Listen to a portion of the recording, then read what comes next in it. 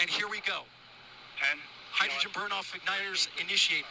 7, 6, 5. 4-stage engine start. 3, 2, 1. You may have seen them on TV or flying high in the sky, but have you ever sat down and thought about how spaceships work? Well, if you have, this is the video for you. I'll be explaining the workings of NASA's newest and most advanced spaceship, the Space Launch System, or SLS rocket. And to be doing it, I'll be using this, my Lego model of it.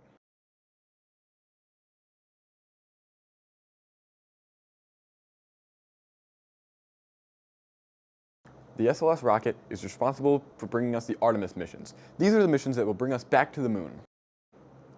The Artemis program consists of 5 missions. They each use the SLS rocket, but they each modify the ICPS differently for the occasion. Now that we know the purpose of the SLS, let's look at the facts. The SLS is 322 feet tall and made up of 2 main stages. The first one being the solid rocket boosters in the core stage, and the second one being the ICPS, which holds the Orion spacecraft. The solid rocket boosters, standing at 177 feet tall and weighing 1.6 million pounds each, make up for 75% of the fuel and make up for 75% of thrust in the first 2 minutes of flight. The fuel, a mixture of 32% of and 14% of only lasts for 2 minutes until fully depleted. When it is depleted, the solid rocket boosters are jettisoned off into the ocean for future use.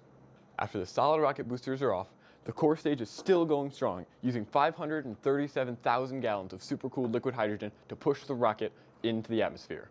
The RS-25 engines go for another 6 minutes until the core stage is depleted and it gets jettisoned off and burns up in the atmosphere.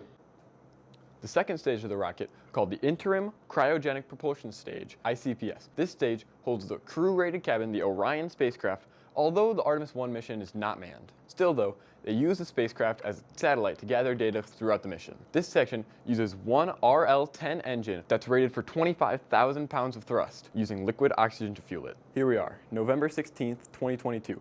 The fully fueled rocket weighing 5.75 million pounds, which is just as much as 479 fully grown African elephants, and standing at 322 feet tall, which is more than 20 feet taller than the Statue of Liberty.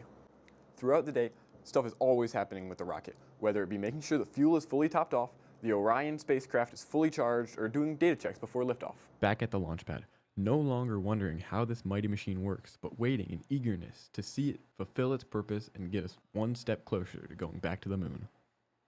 3, 2, 1. Boosters in ignition. And liftoff of Artemis 1. We rise together back to the moon and beyond.